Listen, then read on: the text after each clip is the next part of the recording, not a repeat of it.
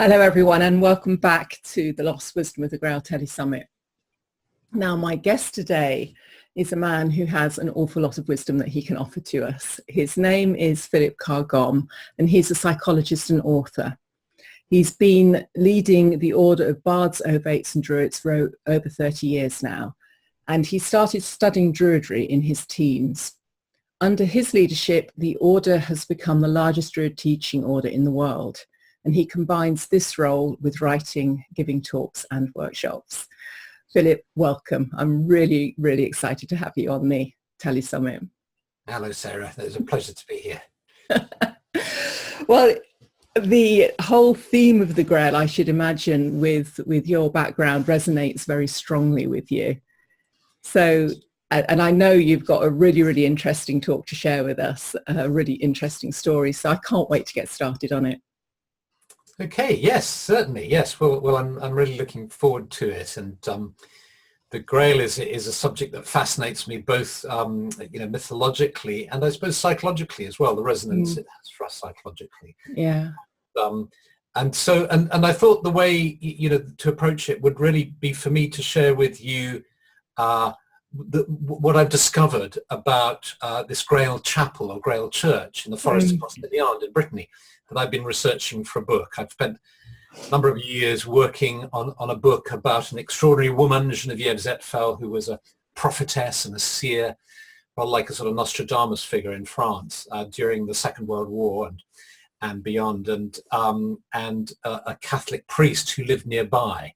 And I presented the material in the form of a novel, but that seems the best way to do it. And the Grail is a central symbol in that, because this Catholic priest, whose name was Henri Gillard, was fascinated by the Grail, and he created this Grail Chapel. Yeah. So wonderful. I'm excited to learn more about it, because this is something I know nothing about at all. I have to say this element of it hasn't come on my radar at all. Right. Okay. Yes. It's not. So you shall hopefully delight and educate me. Okay. Okay. Well, what I'll do, shall I pitch in with the magic lantern presentation that I've developed? Absolutely. Yes. And if you want to ask me any questions as we go along, please do. Yeah. But I'll do that, and I do it by. Is that what you're seeing now when I do that? No, You're not. I have to go share screen, don't I? Share screen. That's right. That's right. Go like that. That's it. Are you seeing it now? Yes. So yes, if you put it to it, that's it. Absolutely spot on. Great. Okay. Lovely. Okay. Well, here we go. If you can imagine a man who is interested in the Arthurian myths and legends, who's interested in astrology, who's interested in esotericism and symbolism, numerology, but he also happens to be a Catholic priest. And this was the case with Henri Gillard, who was in Brittany. And he was so troublesome to his bishop and the hierarchy of the church that they tried to shuffle him off to a obscure little church. They must have looked on the map and found the most obscure community. And here we go. There it is. You'll see that top image there. We're talking about Brittany.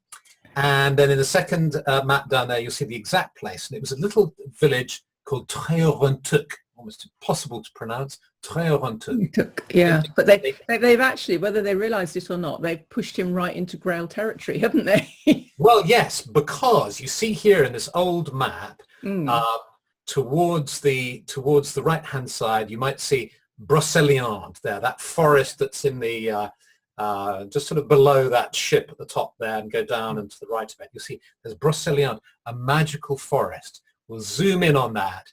And here we have another old map showing this forest. And he was sent to this little village, which was on the edge of the forest, which acts actually like a sort of gateway, a portal to this magical spot. And up until after the war, the streets were just mud. You can see here this photograph taken probably, end of the 19th century, beginning of the 20th century. And you'll see in the vicarage where he was put is just on the right there. And you can see the state of the place. The economy, people were so poor that they had a barter economy. Money wasn't really used that much. Crikey. And he found, to his horror, that he had inherited a church that was almost falling down. This is what it looked like. But he built it up into the most a beautiful church now. And this is what it looks like today if you go there.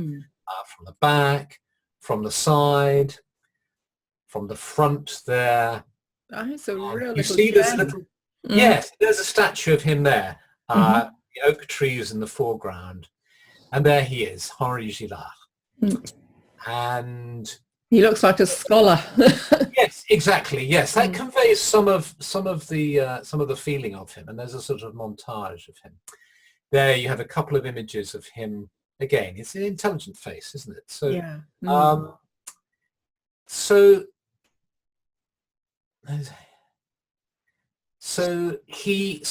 I thought I'd do is let me take you around the church. And as we do that, I'll just talk about the church and about some of his work. First clue to the fact that you're not going into an ordinary church is this phrase that he has written above the door, which says, "The door is within." Yeah. So when you get there, you think, oh, well, look, this is an outer door, and then there'll be another door inside. Because you get inside and there isn't. But of course, what he's stating this esoteric or spiritual idea. The door is within. Yeah. So you step in, you turn back, and you see him there, and you see that modern building just beyond his statue. Yeah. That's a little information office, because it's become such a place of pilgrimage that they've built this information bureau there, which sells books. And rather strangely, his books aren't on display. They're little leaflets, little A5 leaflets. But if you ask for Abbé Gillard's books, they will sell them to you. And he's got about a dozen there on astrology and symbolism. And he had a special understanding of art symbolism too. So now we walk into the church, we look to the left, and we see it's a fairly ordinary looking church with some stained glass and some stained cross paintings and statues and a mosaic down the end. Turn to the right, and we see it goes the same way with big stained glass at the end and the altar. And let's focus on that. Let's go up to the altar now. And here it says, in this church is this church which was elevated in the honor, which was built in honor of Saint Onenne, the Virgin Saint Onenne, who's buried here. Now Saint Onenne is a saint which is not recognized really except in this very small area. She is so obscure that Abbé Gillard didn't believe she really existed. He believed that she was actually, there was a cult, a pre-Christian cult of the ash tree, a worship of the ash tree, which then was sort of morphed into this cult of a saint. And there was a fantastically ugly and enormous tomb that he actually demolished when he arrived, soon after he arrived, because it was so ugly. And he didn't actually believe the saint existed. But he did believe that she should be honored because the myth and the story was important. Come to pray to her. So because she was a saint, a patron saint of geese, he reintroduced an ancient practice. He dug out an old 16th century banner in the church. We can get there, an image of her with a goose, and they reinstituted this procession. And the geese, rather wonderfully, the geese used to lead the procession up to a holy well that was dedicated to her, a healing well. Wow. And of course, geese are quite symbolic of protection and things, aren't they? They're used for protection. They are, and they're very important in the Druid tradition because they're the birds that fly the highest. You think of Canada geese that fly fantastically high in the air, but they're also incredibly earthy. So for Druids, they symbolize the ability to be very earthy and down to earth and embodied, but at the same time to fly high, if you like, and to go very deep and high. Really wonderful that she's at this little church. Yes. Yeah. And her story, that she's connected with the goose because in her story, she was a princess. And she left her home when she met a hermit and just wanted to dedicate her life to God. And so she sneaked out of her home one day and had various adventures, and which I recount in the book that I wrote in the end called The Prophecies. But she had various adventures and ended up looking after geese. Until she was found in the church, hovering in the air, meeting an angel. And that's when people realized that she was a saint, and that was her story. So she was connected with geese. And the sound of geese crying also stopped her from being raped by some visiting soldiers later on in her life. So they were, again, the protector image of the goose. Yeah.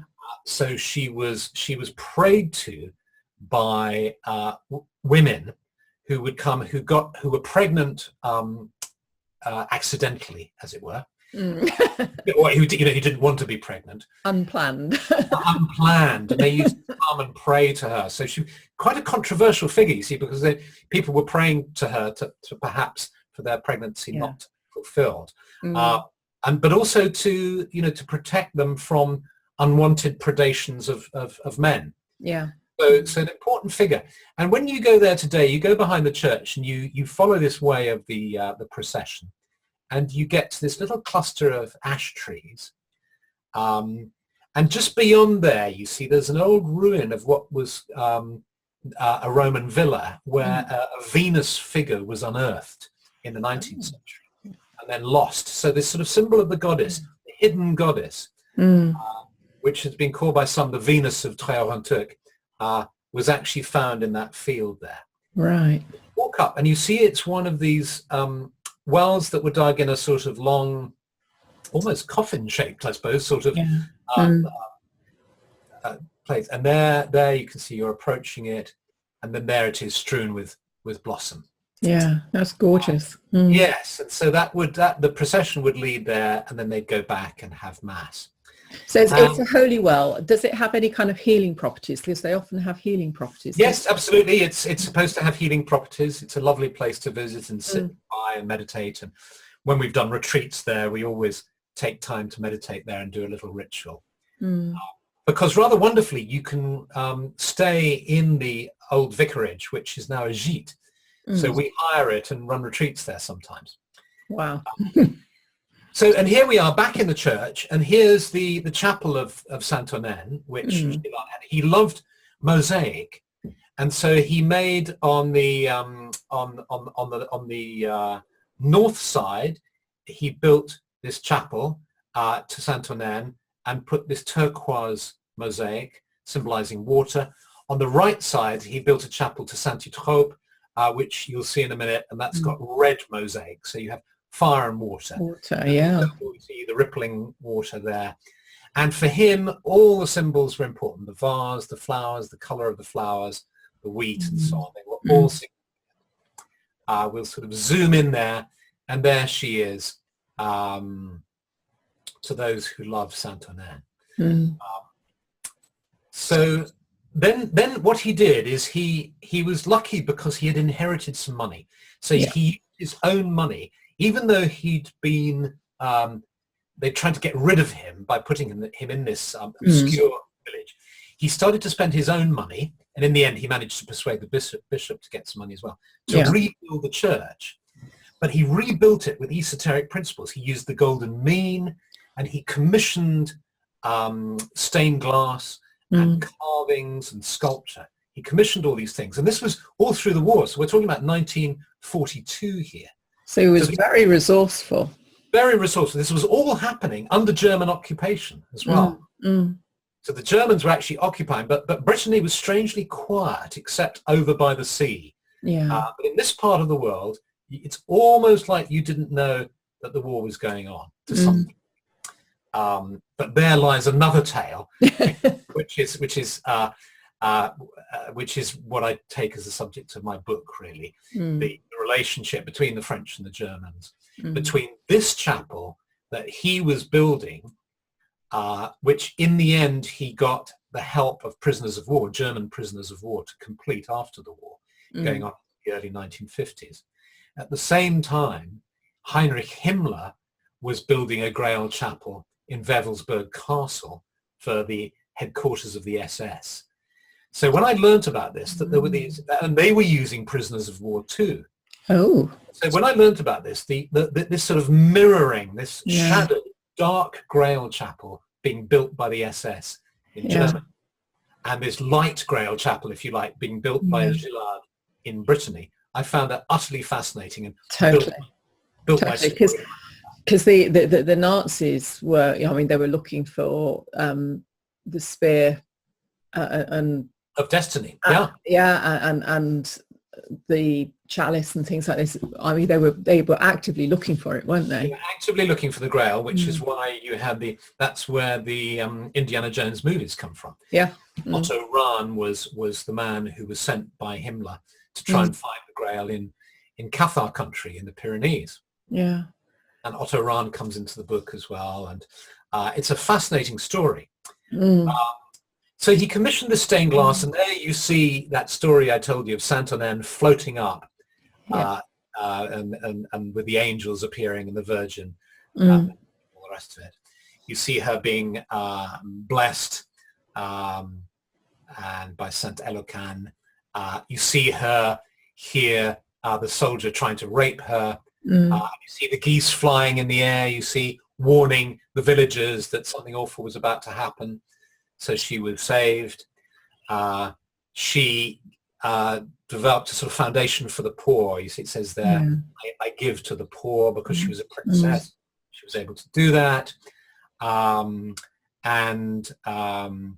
She's putting on the clothes of poverty and simplicity there. But then, unfortunately, because she had been hurt in the attack by the soldier, she died. And you see the burial of Onenne there. So Gillard designed all these windows to illustrate her life. So it was interesting, you see, he didn't believe in the factual truth of this, but he understood the importance of myth and legend and story. So he honored that by creating these windows. And he also believed in the power of color and the importance of color symbolism.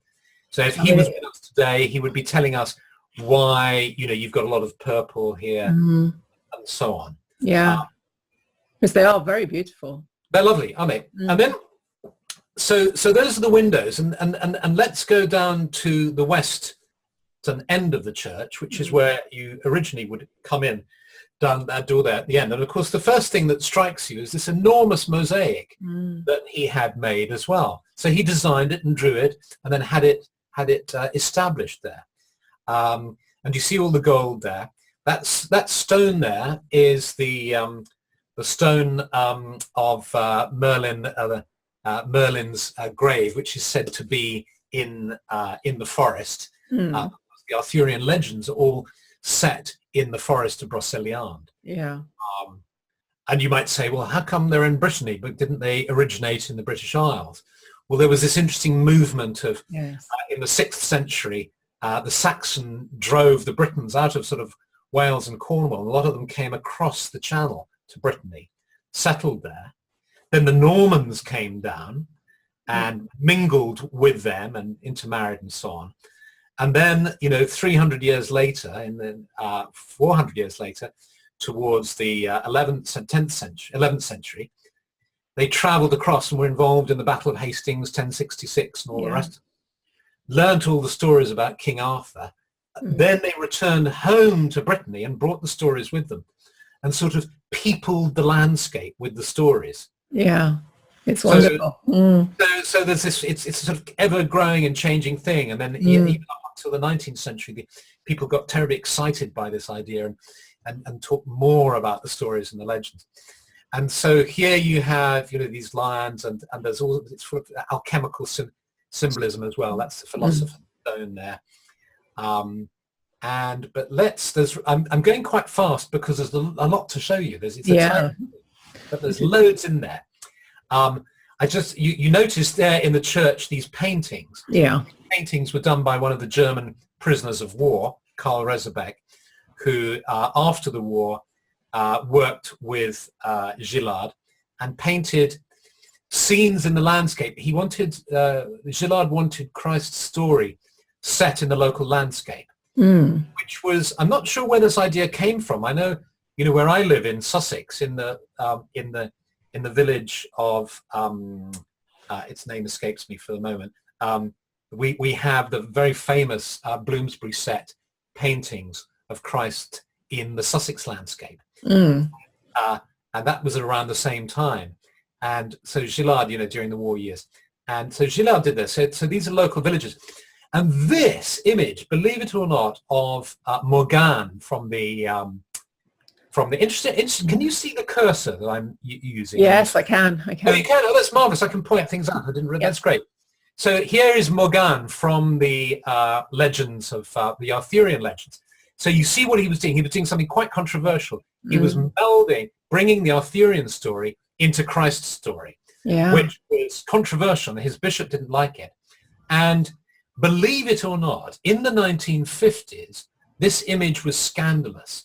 This, not only was Morgane, supposed to be a scandalous figure, but this dress, the fact that it's red, which symbolizes lust, and, the décolleté top and all the rest of it. Yeah, it's virtually see-through as well. And, it caused a scandal. I can imagine. And you see here as well, this very skimpy outfit here. These images were considered outrageous, and they led to him at the age of, I think it was 62, being forced into retirement, which he had given, he had given 20 years of his life, lots of his own personal money, all his sort of psychological and spiritual energy to creating this chapel, which was becoming famous and a pilgrimage center throughout France. Suddenly he was out on his ear, told that he had to claim social security. He wasn't even given a pension, and he had to move into an old people's home. That's as a result, he had a nervous breakdown, and he ended up in a psychiatric hospital because he was so upset. And rightly so. And you can see here the image of the sun rising with the solar plexus. So he knew what he was doing. He was, they're not great works of art, these, but you can see that the symbolism that he was working with. And there's something about them. I mean, this is what I love about things full of symbolism. Yes. It gets past the logical brain, doesn't it? It speaks to something inside you. So that even if you don't understand it at an intellectual level, there's still something that speaks to you. Exactly. And you see him doing it this very clearly here, where you see this down by the western entrance. You've got the baptismal font there. But above it, he's got the stained glass window of Onenne dying. And of course, there's this tradition in the church that when you die, you're actually you're born. Because you die to this world, but you're born into heaven. He's showing that by placing it in front of the baptismal font. And then he's putting his interest in astrology gets him to put two mosaics around the other way. So the beginning of the zodiac is traditionally Aries, but he puts at the end, as it were, when you're reading left to right, and Pisces at the beginning. So you're dealing with somebody who's having a lot of fun and exploring these ideas. And this is an image from one of his little books that you can buy in the shop. He must have been a very interesting chap to speak to. Absolutely. So there you have his image of the zodiac signs on the human body. I'm sorry this image isn't as good as it could be, but this is because this image, it's very hard to actually get to it because it's in the sacristy, which is normally locked. But that shows the signs of the zodiac. He created this lovely mandala, really, of the signs of the zodiac going around there with Aries going around counterclockwise. And I've forgotten his argument for that, but he had a rationale for doing it this way. But back to the western entrance, he wrote this. His idea was to write things up on walls as well. He had 8 ways. He developed 8 ways because he wanted the church to be a sort of place of pilgrimage, a kind of cultural center, but also a secret grail school, a sort of school that you could go to contact the other world. Yeah. And he developed 8 ways in which to convey these ideas. Excuse me. So when you say the other world, are you kind of hinting at the Celtic other world? Well, he didn't make a separation between the Celtic and pre-Christian traditions of Christianity, or rather, he saw them. He was fascinated by both. Yeah. Hence, this sentence here, he says, is a Druid text. And it goes, child, remember that if this world is for you, the other world is for God. Now, I don't know why he says that's Druidic and where he got it from, but that's what he said. And straight after the war, he invited the Breton Druids to hold a Gorseth in the forest of Brocéliande and to end up at his church. So he was really trying to kind of combine Druidry with Christianity. Yeah. And then you turn around from the door, and that sentence that you've just read, turn around and look back down the church, and you see this figure here, 1.618, which is the golden mean. Yeah. They say, oh, what's going on? Well, of course, it's because he rebuilt the church using the golden mean as much as possible. And that must make it quite a magical space. Well, exactly, yeah. And he wrote about the golden mean. He very much liked the works of a Moldavian philosopher called Matilda Gica, who wrote about the golden mean, and he's given us the clue about his interest here. And we're back again here. I can't remember why I've put this slide in this position, but we've seen that, and we've walked down. There's a wonderful picture up on the wall there. Well, yes, I'm going to show you that in detail. Yeah. We've walked back up the aisle now, and we look to the left, and we see we've got the water on our left and the chapel to Saint Onenne there. He is buried now. That in the front there, that's where he's buried, with the reflection of the stained glass. Good. When he died in 1962, I think it is. So, and on the right is, you can just see it's obscured by that old banner that we saw in the Goose Parade. But you'll see here, he's got this interesting gate with the fish on it, strangely. Yeah. But you open them and you're into golden red tiles around here. And Saint Eutrope, who was the figure who brought Christianity to Brittany. Right. There's a whole story about him, which I weave together with the story of the Nazis. And I think if we go into it, we'll go off track. This material, the thing about the Grail, so this idea about the Grail, that it's so rich that it's a font of perpetual stories. Yes, yes. If you can connect with the Grail at a sort of deep level, and you are a bard or storyteller or whatever, the idea is you will have a perpetual font of stories to tell. And that's really what I discovered when I was writing this book based on the life of Henri Gillard and Geneviève Zapfel, the prophetess. And the Grail. I found that there was I could have written dozens of books. There were just so many stories coming out of it. That's wonderful, because it kind of hints back to the Celtic cauldron of abundance. Of abundance, absolutely, totally. That's it. There's always food for everybody coming out of this cauldron. And of course, the reason why at a sort of psychospiritual level, if you want to explain it, is because it is the source. And when you get to the source, when you connect to the Grail within the heart, it's unlimited, because you're connected to sort of infinity and eternity. And it's like connecting to a river, and the river just flows and flows. Yeah. Wonderful. So here we are facing the altar, and there's this huge piece of stained glass that was made. I think that one was made during the war in 1943 or something like that.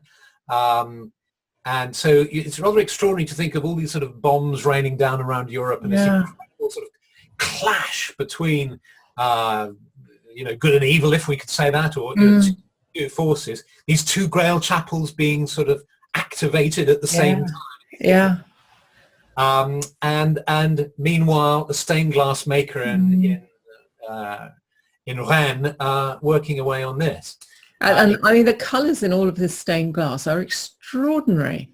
They're very vibrant. Yeah. Very vibrant. I mean, on a dull winter's day, you go and look at that, and my God, wouldn't it lift you up? Absolutely, lots of purple, and you see here, I mean, I'll just pick out a detail for you, which is this emerald green Grail. You know, there are all sorts of stories and theories about the Grail, but one of them is that a emerald fell from Lucifer. Yeah. You know, and fell to earth, and it was an emerald, and so the Grail is an emerald. So it's emerald green there, and you see the oak leaves here, and lovely little detail that I've honed in, a couple of hairs. It looks like the hair is whispering a secret to the other hair, doesn't it? It does. It does. In fact, he looks a little bit like Peter Rabbit, but with a red coat, not a blue one. Absolutely. And then he commissioned these other stained glass pieces. So here you see the apparition, the appearance of the Holy Grail. Yeah. Again, this sort of greenish colour, with the knights around the round table and King Arthur there. And it's providing them with all the food that they could possibly ask for. Yeah. The action of the graces, of grace here. Again, the Grail there, and Jesus there. So again, combining of the Grail story with Jesus, the Last Supper and the Grail. Yeah. Because, and there you see on the left there, you see this Grail window that you're looking at with Jesus there. Yeah. You see the big one there. And then we see these paintings of the Grail story too that we'll look at. And there you'll see this another piece of stained glass that was revealed after Vatican II. The altar was on top of it. And in Vatican II, this big reformation of the Catholic Church in the, when was it? The 1960s, I think. They said that altars should be, that the Mass should be closer to the public. And they moved the altar, and we see here this design that Gillard made, home in there, the power of, excuse me, of the divine blood. Yeah. He links it with the sun, this idea of the Christ force of the holy blood being equivalent to Tiferet, the Christ force, you know, and the sun rising out of the Grail.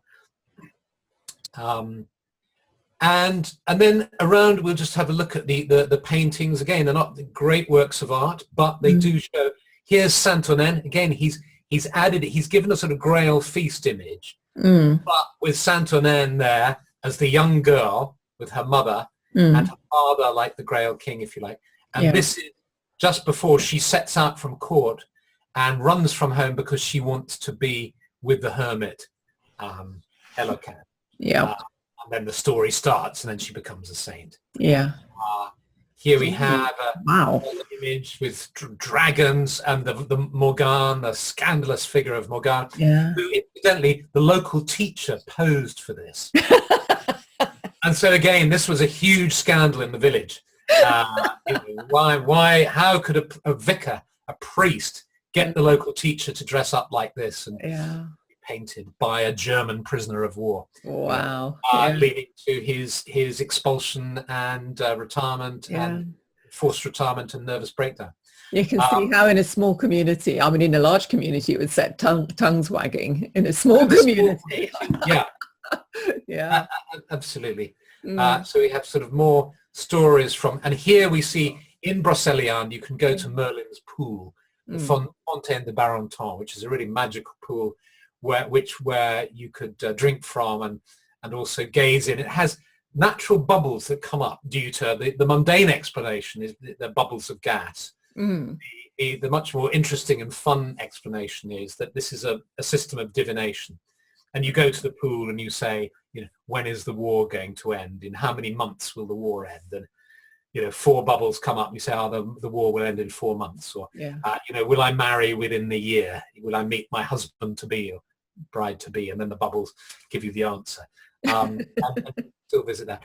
There's the Grail arriving amongst the Knights of the Round Table.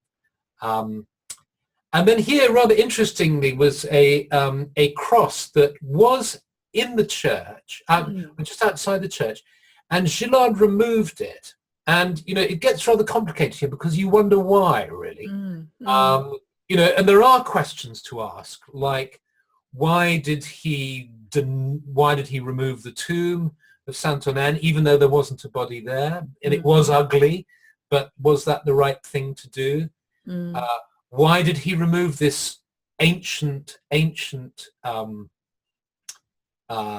crucifix, stone crucifix, which has on the one side Christ here, but on the other side the Virgin Mary. So a rather lovely combination of the two principles, male and female. But he moved it, he gave it as a gift to a local nunnery. So, was he getting rid of a sort of balance of masculine and feminine? We don't know. It's a matter of speculation. I wanted to just give you an example of, some of the stuff he wrote. Here we've got his complete works, volume 4, Secret of the Zodiac. Astrologers work on the principle that the stars dictate our destiny. In reality, the stars have no physical effect on us. Of course, it's important for him because his bishop was saying, you believe in astrology and you can't because you're a Catholic priest. He's saying, no, I don't believe in the fortune-telling effect of astrology. Yeah. But they do incarnate religious truths. And through the teaching that they give, they help keep people on the right path and assure us each of the happiness we hope for. So he's sort of reframing astrology to be acceptable to a Catholic. Yeah. And is that, do you think, is that how he kind of balanced it with himself? Because you seem to have two warring parties within him here. Yes. Well, I think he was a devout Catholic. I think in reading his stuff, he was a devout Catholic, but he was also interested in all these esoteric subjects. And, like all of us, he was probably quite complicated. Yes. He, the fact that he broke down, he actually ended up being in a psychiatric hospital, I think 3 times, or at least 2 times, possibly 3. So he was a complicated character. But he developed this. He was very interested in religious art, and his theory was that religious art is symbolic, and it uses color and numerology to convey spiritual truths. And so I thought I'd give you an example of his theory, really, which is this. So he's saying here, Martha has open hands. So Martha was a saint in Tarascon in Provence who tamed a mythical beast called a tarasque. So he's saying Martha has open hands. In this way, she shows the number 5 twice, the 2 sets of thumbs and fingers. Yeah. The emblem of the active life of the tarasque or Scorpio. So he's connecting presumably the number 10 with a sort of full and active life. Yeah. Your hands are open, and some connection with Scorpio. I'm not familiar with astrology very much, so I'm not sure whether that's the 10th sign of the zodiac, perhaps. I'm not sure. Showing only 2 fingers, Jesus evokes Aquarius, hope, or the happiness of heaven. You see, he's connecting the number 2 with the astrological sign of Aquarius, with the virtue or the concept of hope and happiness in heaven. So this is him doing his zodiac backwards, isn't it? Yeah, I suppose so. Yes. Yeah, because otherwise Aquarius comes towards the end. Right. Yes. So he's doing it backwards. Yeah. And the way with the Kabbalah, with the Tree of Life, you can present it to, you either reverse into it, or you walk forward into it, or you reverse yourself back. Yeah. And, maybe he's doing that too. Yeah. Actually, that's a really interesting point. It is. Yes. Yeah. So one, I mean, within the Kabbalah, one is kind of like, the old Jewish way of doing it. And the other is supposed to be the higher mysteries, which are the Christian mysteries aspect of it. So I wonder if he's kind of thinking that the zodiac works those ways as well. It could well be. Yeah. Higher Christian mysteries. Yeah. Who knows? Yeah. And then, finishing it with, one writes with numbers as with images. Yeah. Brilliant. So interesting. And an example, he says, when a character, he goes into sort of detail, like when a character has their eyes closed, the scene may represent their vision or a dream. So that's really an interesting idea, isn't it? You've got a painting, and a character, the sort of main character or a character has their eyes closed. It may be presenting a vision or a dream of theirs. Yeah, yeah. And then, you know, when you see a naked Jesus, that represents the word of God, the idea that this is the word of God. So interesting theories. Very. And I thought I'd finish with this photo I took, you know, when I was last there, just showing this lovely sort of play of colour that you get when you're in the church. And the church isn't used, it's very occasionally used for services. It no longer has, he was the last priest. They never replaced him. So in, you know, the early 60s, he was the last priest. So for the last 50 years, it hasn't had a priest. They'll occasionally have a service there. What that means is that you can, when you visit, you can go in there, and if you're lucky, there's nobody else there. Sit and meditate quietly. But it is a place of pilgrimage. It's very popular in a touristic sense as well, because it's got this extraordinary story, and it's got its connection with the Arthurian landscape around there. And so people come on sort of tours to visit this landscape, and include this little village of Turkey on their tour. That's fascinating. It really is fascinating. Yeah, it's such a beautiful little church. It's a lovely little church, and you know what you know. I started off by, you know, I was invited there, you know, 10 or so years ago, where there were some Druid festivals and Celtic spirituality festivals, and so I would go every year and give talks and workshops and things, and I became interested in the church and in the man himself. In French law, your medical records are public knowledge after 10 years, I think it is. Right. Possibly 20. So rather amazingly, as I researched his life, I was able to get his medical notes, his psychiatric notes as well. So I studied them, and I asked, and at the same time, just down the road, is this extraordinary figure of a woman who, all the way through the war, was predicting the future, and she was making political predictions, if you like, about what was going to happen. And she was predicting to audiences of 3,000 people. Wow. In Paris, all the way through the war, going into a trance, dressed as a druidess, called the Druidess of Brocéliande, and because I studied Druidry, that was interesting. And I decided to research her life, and then I asked myself, how they must have known each other. They were just down the road. Two extraordinary figures. And why is it that we know so little about her? Is it because she was a woman, and, you know, if she was a man, like Nostradamus, and everybody would talk about her? And so I went on my own quest, and I researched his life, and I went there year after year, reading all of Gillard's material and reading all of Geneviève Zepfel's material. And in the end, I was invited to visit a comte who had a chateau nearby, who knew her. And they said, you know, if you're doing this research, you should talk to him.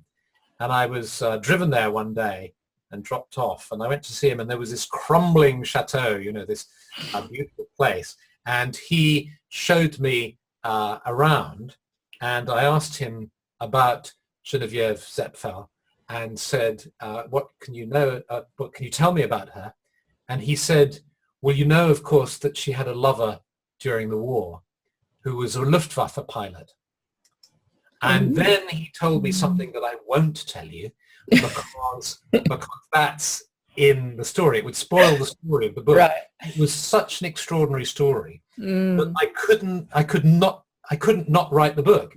So that is the book. The book is the story of this extraordinary woman in Brittany who went into a trance and talked about the future all through the war, who apparently had a lover who was a Luftwaffe officer. Wonderful. And who also had this friend who was this priest who built a Grail chapel. Chapel, yeah. So that's the book. Well, I can't wait to get the book. It's on order. Oh, I hope you enjoy it. Just wait for Amazon to deliver, basically. I shall find out the secrets. I really don't know what to say. This is absolutely stunning. I never knew any of this was around.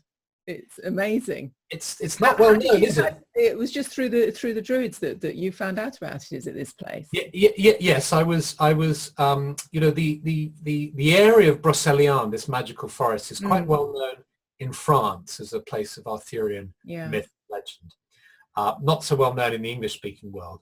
And I was invited, you know, a lovely harpist called Mirzin, who plays beautiful music and who's a Druid and who is a member of our order, invited me to talk at a series of events he held in the forest there.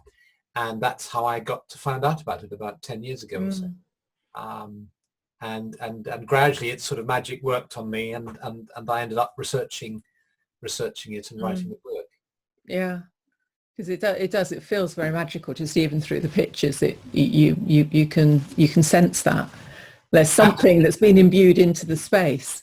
Yes, and the story. I mean, the interesting thing and the challenging thing, because I'm a psychologist, I'm interested not only in, you know, the light, if you like, but also in the dark, in the sense that we're complicated characters. Yeah. There is this whole business of the shadow and all the rest of it. And then actually, if you don't look at the difficult stuff, you do yourselves and everybody else a huge disservice. And it's actually very dangerous and harmful not to look at the difficult stuff. So when you come to the Grail legend, there's difficult stuff. You know, the Nazis were interested in it too. Yeah. Why were they interested in it? And so my book tackles this. You know, I use the medium of fiction and of a novel to explore this, but it's actually based on history, you know, and as such, you know, it's a difficult story. You may find it, you know, because it's got darkness in it as well as light. Well, I mean, in some ways, I'd say that's life, isn't it? Well, absolutely. Yeah, there is this whole thing about, you know, how can we know the light if we don't know darkness? Yeah. So you'll see, I've made a little clip that's available on YouTube, a little film introducing the book. It's worth watching. And you pick up on that this dual aspect, I think, when you watch the little film. Yeah. No, we'll put the link up for that. It will be on the slide. Yeah. So the Grail. Well, here's a chap in your priest who somehow managed to find a balance between his beliefs and this myth. And I mean, these, you know, the whole myth of the Grail and everything, it does speak to us very, very deeply at all sorts of levels. And I think the interesting thing is, you know, often you have this distinction between either or and both, you know. So people can often think, oh gosh, I've got to be a Christian or a Druid, a pagan or a Christian, or I've got to believe one thing. But actually doesn't necessarily apply. And Gillard was an interesting example of somebody who managed to combine his interest in pre-Christian religion with the Christian religion, with astrology and numerology, and it all sort of cohered and held together. And he produced a legacy, which is why there's a statue of him in front of the church. Yes. Created a legacy. There was a whole other side to him, which, you know, just to show that it wasn't just esoteric. You know, he actually raised the economy of the village. You know, you saw the picture of the mud and the little sort of scruffy urchins. It brought money. It was a sort of tour. He started tourist industry in the area, funnily enough, and so, you know, little cafes sprang up and so on, and he started a youth hostel. He turned his vicarage into a youth hostel. He started a cinema there. He bought an old projector during the war, and he had weekly screenings. You know, so he did tours around the landscape, looking at the old because there's lots of prehistoric monuments, old wells and standing stones and so on. So he brought life to this remote little village, and created these various projects. You know, he had postcards made and little booklets so on. Yeah. So a very practical man too. Yes. Yeah. Well, from the sound of it, he really brought light into the area, not just life, but light into the area. Yeah. Exactly. As well as performing funerals and masses and working part-time in the Mary in the village and giving, talks to the school, teaching at the school, and so it's a very busy, active man. Yeah. So just telling very quickly, do you think he was aware of what the Nazis were doing, that there was another chapel being built or not? I don't think so. I think the connection may be in Otto Rahn. Otto Rahn, who was a man that was made a member of the SS Ahnenerbe, which was their occult, who actually turned out, they discovered he was gay. He was then punished. He was given, what Himmler thought was a sort of brief punishment. He just gave him sort of guard duty at Auschwitz for a short period, just to teach him a lesson. Yeah. Little did they know that he was also Jewish. And he then committed suicide by walking out into the snow and killing himself. This comes into the book as well, into my book as well. So a strange and difficult story. But Otto Rahn wrote a book about the Grail, which was translated into French and published in the 1930s. It was Himmler's favorite book, and Gillard would have read it as well. Talks about the Emerald Grail and so on. So while I'm pretty sure he wouldn't have known about the SS Chapel, he wouldn't have known. I don't think so, but who knows? Yeah, who knows? What happened to the SS Chapel? Do you know? Yes, it was ordered to be destroyed before the Allies arrived, because the Grail Chapel was used to house the Death's Head rings. Every member of the SS had a ring with a skull on it, a sort of spooky ring. And yes, this is our club. Yes, which is what led people to suggest that Tolkien, the idea of Sauron and the ring and all the rest of it, based it on that. He insisted he didn't actually. Yeah. But this idea of the ring, it was used by Freud. Freud gave his key analysts in his inner circle a ring to wear. Right. And, every SS officer had a ring. And when an SS officer died or was killed, they had to remove the ring from his finger, and it was taken to the Grail Chapel in Wewelsburg, and it was put in a chest in the Grail Chapel. What happened is, at the end of the war, all those rings disappeared, surprise, surprise. And it was undoubtedly American GIs who arrived there, took them as souvenirs. Local people ransacked the place. A team was sent just literally days or even hours possibly before the Allies got to blow it up. But they didn't have enough explosives, so they blew up a part of it and then just ran for their lives. The Allies arrived with it on fire, and then it was looted by the villagers, looted by the GIs. Then it was rebuilt, and they have a museum to the SS, well, not the SS, to educate people about the horrors of SS. And it's a youth hostel. So rather strangely, in this story I've written and this thing, I've got a blog page, a website page about the sites in the story, and you can stay in them. So you can stay in Gillard's house because it's a hostel. It was a youth hostel. And you can stay in Wewelsburg as well because it's a youth hostel too. So Well, I mean, that's, again, there's this sense of the balancing, isn't there? Yes. And I've had a friend who's done the geomancy of it all, and it all connects up and becomes terribly meaningful. Wow. That sounds like a whole nother conversation. Yes, absolutely. Just very, very quickly, because we're more or less, sort of at time. Can I just ask you, just throw this one over to you. What does the Grail mean to you? How do you see the Grail, and how can people today, take something from it and utilize the gifts it has to give us? Okay, well, I think that's the sort of question that one could, of course, take hours and indeed years to answer. Yes, it's a bit of a nasty one to lob at you. No, but it's fine, because let me just give you one idea, which for me, I think is so important. It's kind of central as well, which is this.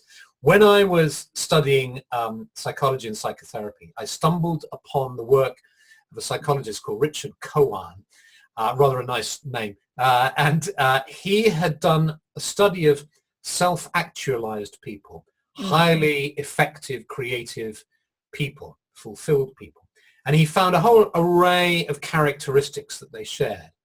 But in this array, there were two central characteristics that they exhibited, which seemed apparently contradictory or paradoxical, which is always a sign you're onto something when things are paradoxical.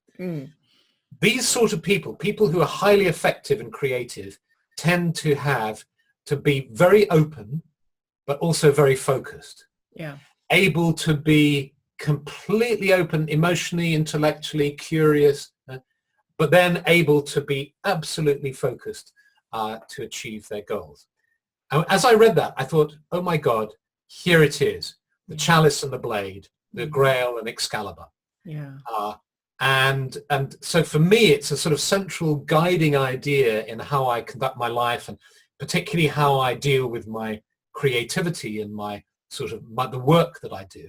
Yeah. I try to move between being very open and inclusive and eclectic and so on, and then knowing when to be very focused to achieve something. Yeah. And by moving between those two poles, I think that's how you become fulfilled, you know. Yeah. So it stands as a symbol, or we can take it as a symbol at that level. Yes. And use that imagery to guide us. Yes.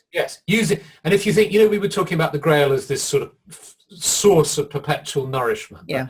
We have the pre-Christian Celtic cauldron of plenty, which becomes the Holy Grail that has every story will come out of it and so on. Imagine working with that. So imagine that you've found in your spiritual path that you can connect in to the source of all. It's like connecting to the river of life, of spirit. But that's only half the picture, because, you know, you've got to nip down to the shops and buy some food. you know, you've got to pay your mortgage. You've got to make that phone call. Yeah. You need to be able to come out of that state and be focused and achieve things, and then go back in. You've got to be able to receive the story, but then you've got to write it down and edit it and prune it and then publish it or deliver it to the world. Yeah. So I think that's a way for me that expresses very nicely the contribution that psychology can bring to spirituality. I really feel that you know, that now we need to combine a spiritual understanding with a psychological understanding, bring them together, and then we've got something wonderfully potent and powerful. Yeah. Oh, beautifully put. I mean, that is so evocative, actually. I don't know if I do that or not, but I'm certainly going to try. Well, that's great. Something to aim for. Fantastic. We all need that. Philip, it has been fantastic. It really has. I've so enjoyed this. I would love to carry on talking to you for ages, but you're a busy man, and I really appreciate the time you've given us. It's so kind of you. It's a pleasure, Sarah, and good luck with all your projects. Thank you very much indeed. Okay. And thank you to everyone who is watching, and we'll see you again tomorrow for another Wisdom Keeper. Thank you. Bye.